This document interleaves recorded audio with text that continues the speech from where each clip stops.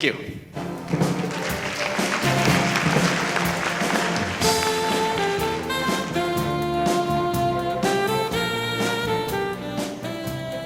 All right, thank you, Prof. Phee. May I request that you remain on stage as we proceed to the dialogue session. May I invite the speakers, Dr. Fred Moore, Prof. Chris Chang, back on stage for the dialogue session, please. May I also invite the moderators for the dialogue session, Mr. Pei Rei Fong, as well as Dr. Christopher Shen, U.S. Executive Director for SSB and the Principal at Essex Woodlands Health Ventures, up on stage for the dialogue session as well, please.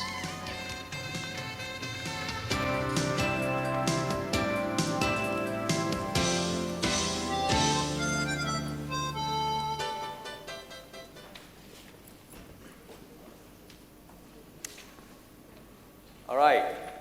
Can everybody hear me okay? All right, great. So we're going to transit to the Q&A dialogue session. So I know this is probably like the 10th time you're hearing this. This session is powered by Pigeonhole Technologies. So you could actually place your questions on your mobile devices to our panelists. But for this session, on top of that, we're still going to have floating mics around. So we'll still love to have live interaction with audiences from the floor. So can the two assistants wave your hands? Where are the two floating mics? Okay, great. So anyone who wants to ask a live question, and we actually encourage you to do so, please raise your hand and our assistants by the aisles will pass you the floating mic. Okay, good afternoon everybody. Again, my name is Chris Shen, the U.S. Executive Director for the Singapore-Stanford Biodesign Program. As you know, innovation is a cornerstone for what we do at Biodesign. And a lot of our work really focuses on how we translate what we see and observe in the clinical environment into practice and hopefully into a commercialized product. So what I wanted to do is pose the first question to both Dr. Mall and Prof. Phee, which is really around how do you identify and determine what criteria do you use to determine what kind of ideas you want to bring forth and into a real product? What are the kind of filters that you use as you look at the clinical environment? Dr. Mall, you've done everything from cardiac surgery now into ophthalmology and now even into mice. So how do you look at all the potential opportunities that are out there and determine this is something I want to spend my time on and this is something I want to go out and try to raise money for? Oh, it's a great question.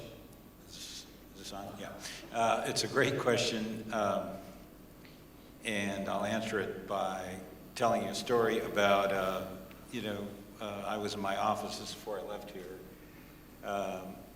to come to Singapore, and there was a Stanford Biodesign graduate who had a business plan that showed up in my office and talked about a new technology that would very rapidly and very efficiently remove earwax for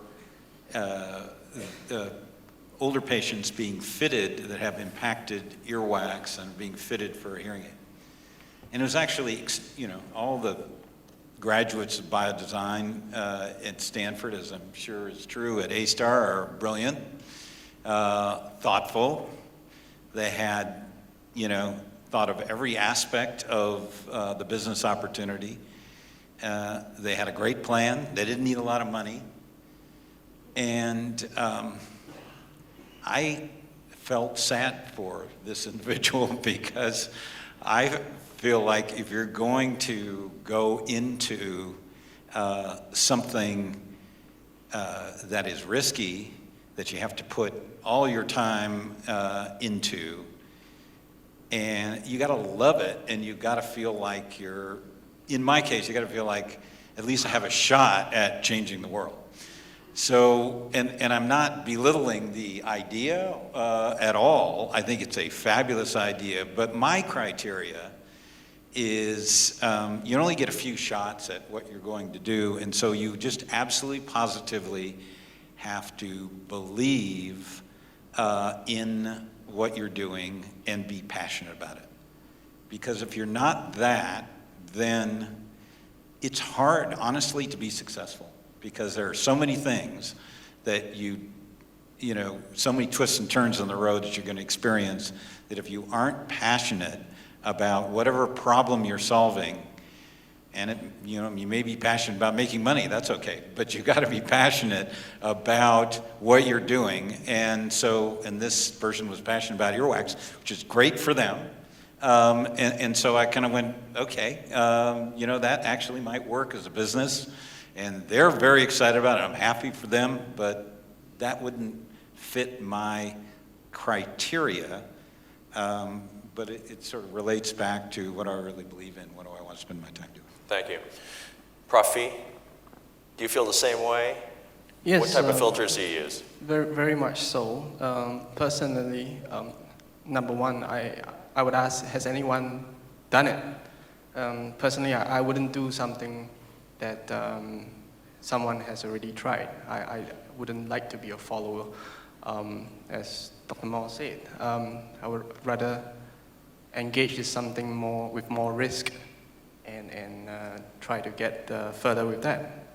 And the idea has to be, well, being a researcher myself, of course, personally, I wouldn't do something too blue sky. There has to be some, it has to be translational into real use. It has to be adaptable in real medical and clinical practice. And thirdly, as a criteria, would be benefits. There should be real benefits to patients and clinicians. I mean, I'm aware of wonderful projects, technologically driven projects, which, well, no doctors will use.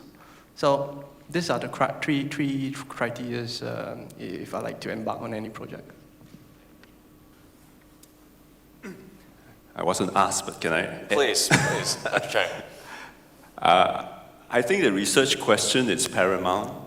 If you cannot refine and focus your research question, you will lead nowhere.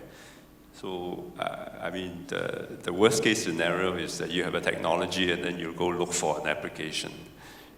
I think the bottom line is that we mustn't fall in love with our technology or even our own innovation.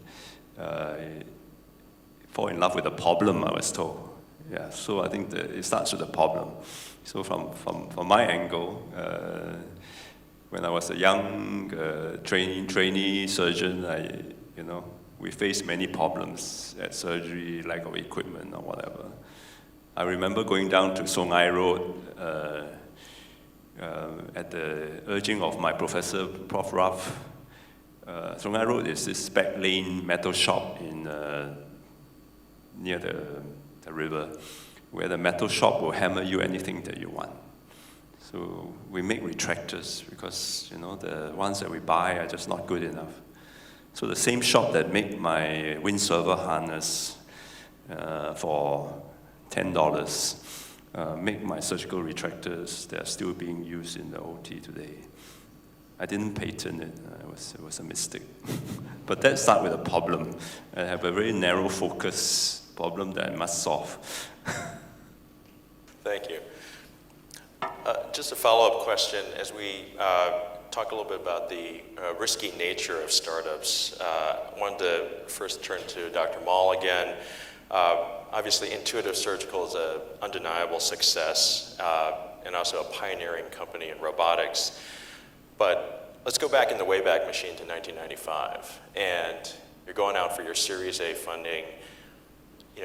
Talk us through what that process was like. How did you convince the Mayfields, the Sierra Ventures back in the day that this was a worthy project? I mean, this was a huge undertaking to create a robotic system to do surgery.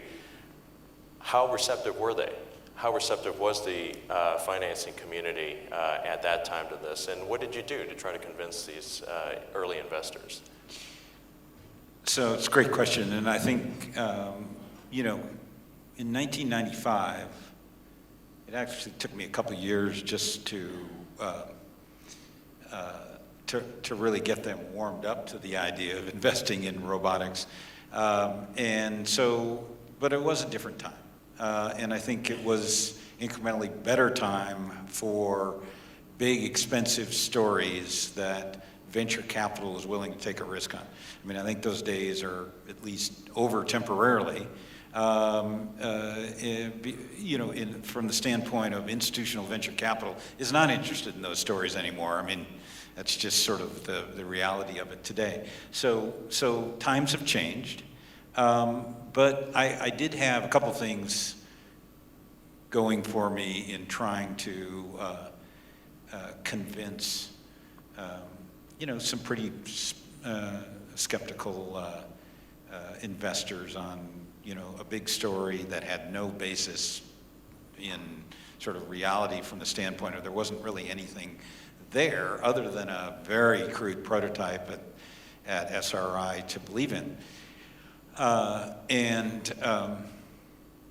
There are, there's a couple of things. One is I did have a track record before that, so I'd been successful before as an entrepreneur. And that's a huge, if you believe what they say when say we invest in people, not technologies or opportunity, they were, we knew each other. And so it wasn't, they kind of knew what I was good at, what I wasn't good at, and that I could be successful if, things lined up correctly, and, I was a hard worker and so forth and so on. But there was still enormous uncertainty, and one of my favorite stories about starting Intuitive was that my friend John Freund helped me, sort of join me and help me do a license deal at the SRI to get the technology they had. And then we both agreed we need an engineer. And his friend Rob Young, who is a founder of Accuson, also successful entrepreneur and a great engineer, wanted to leave Accuson. And so I had lunch with him. We decided he should join the company. And he paid for himself in about 3 days. When we did a presentation, we had the Mayfield Fund. We didn't have another venture firm. And we presented to Morgan Stanley Ventures, which were notoriously tough guys, extraordinarily skeptical, had 3 people on the phone from New York, 4 people sitting across the table from us. And they said, how do you know you're not, just the vibration alone from those arms isn't going to be dangerous? You aren't going to kill people. And how do you design something that is actually going to do what you say it's going to do? I mean, how do you know? And Rob Young, who had just joined the company, when they ask, how do you know how to contain this? He turned to them and said, 7 hertz. And they go, what do you mean? He says, the answer to the question is 7 hertz. And they all went, okay. And so, the point being, you got to believe, and if you believe and you are confident in your beliefs, they can ask you 10 million questions, but if you stick to your belief that you will get there and there is a way, that's a lot of what they're looking for. Self-conviction. It's helpful. And Maybe Prof, you also have Prof. Phee also answer the question. You're right now fresh in your entrepreneurship journey. You've just closed Series A. What would be your take on the question? Sorry, the question? how challenging has it been to raise funding? What were your lessons learned as you kind of went through this journey? Because it's not easy. No. Raising money is definitely not simple. First of all, you have to convince the different parties. You have to convince patients. You have to convince clinicians. And if you talk about the money man, my experience with local investors is that most of them think that medical devices is just like an Apple app. So they invest certain X amount and okay, I want my payback in 6 months later. Well, that's something that we have to explain to them that this is medical devices.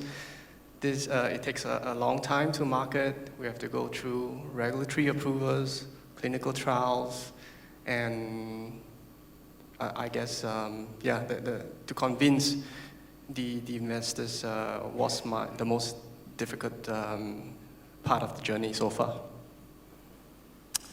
All right. Thanks, Prof. Phee. Our next question is going to be directed at Prof. Cheng, and also it's relevant for the clinicians or doctors who are with us this afternoon.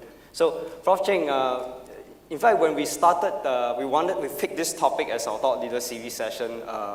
We were pleasantly surprised that you were actually the visionary in Asia who first believed in robotic surgery and was the first adopter of the Da Vinci system for the entire Asia. So this question is from a user perspective. What actually what was the decision that you gone through in your mind back then when you really wanted to attempt a procedure that is revolutionary?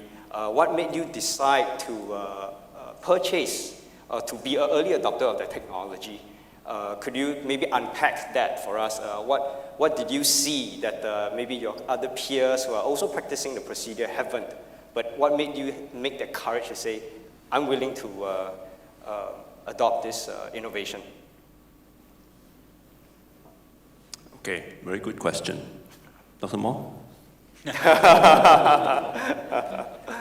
As a physician, from a physician's perspective.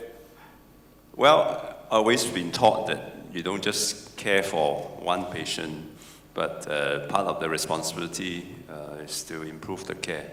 So we are privileged to work in a very large hospital, and so we get an opportunity to work on a lot of patients with very high volume. So we have a responsibility, given that privilege, to look after so many patients to find the best treatment.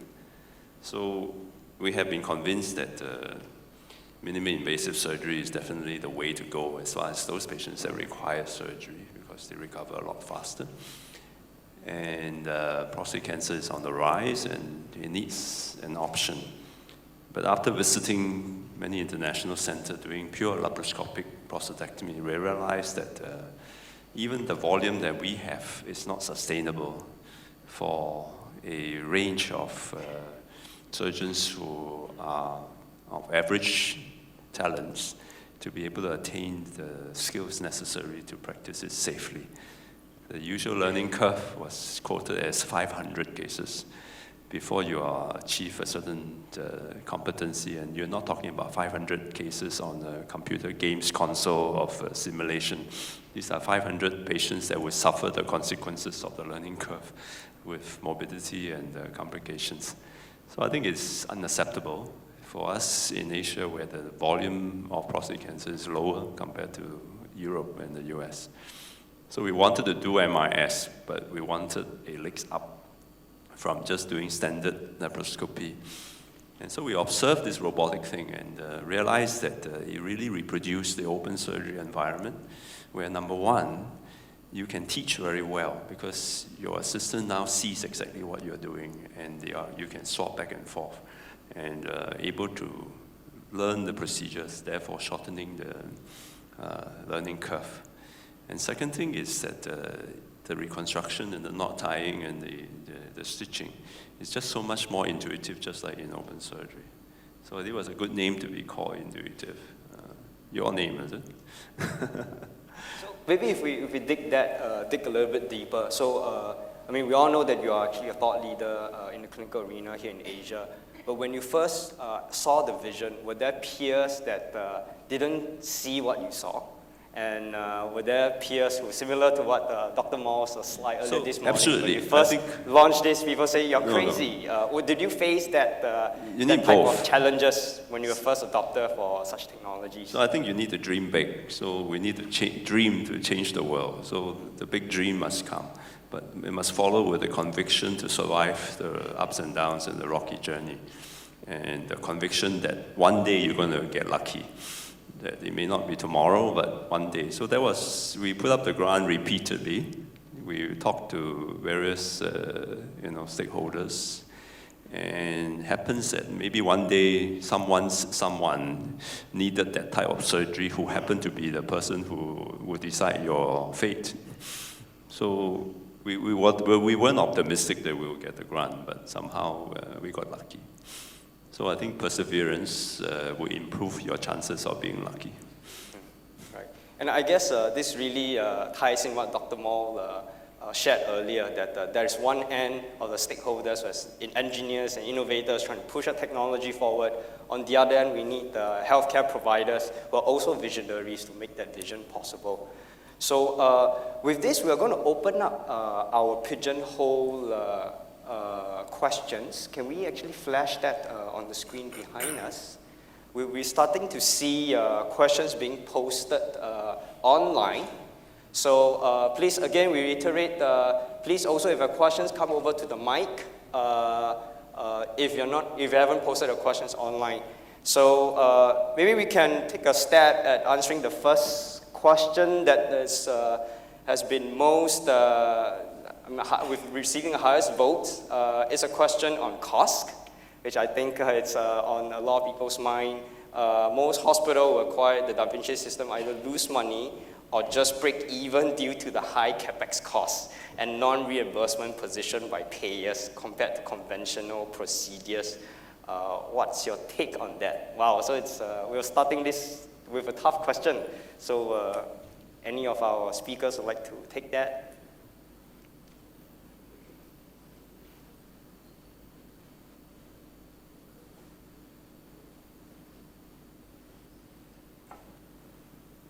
I'll jump in and start while Dr. Moore think of the correct answer.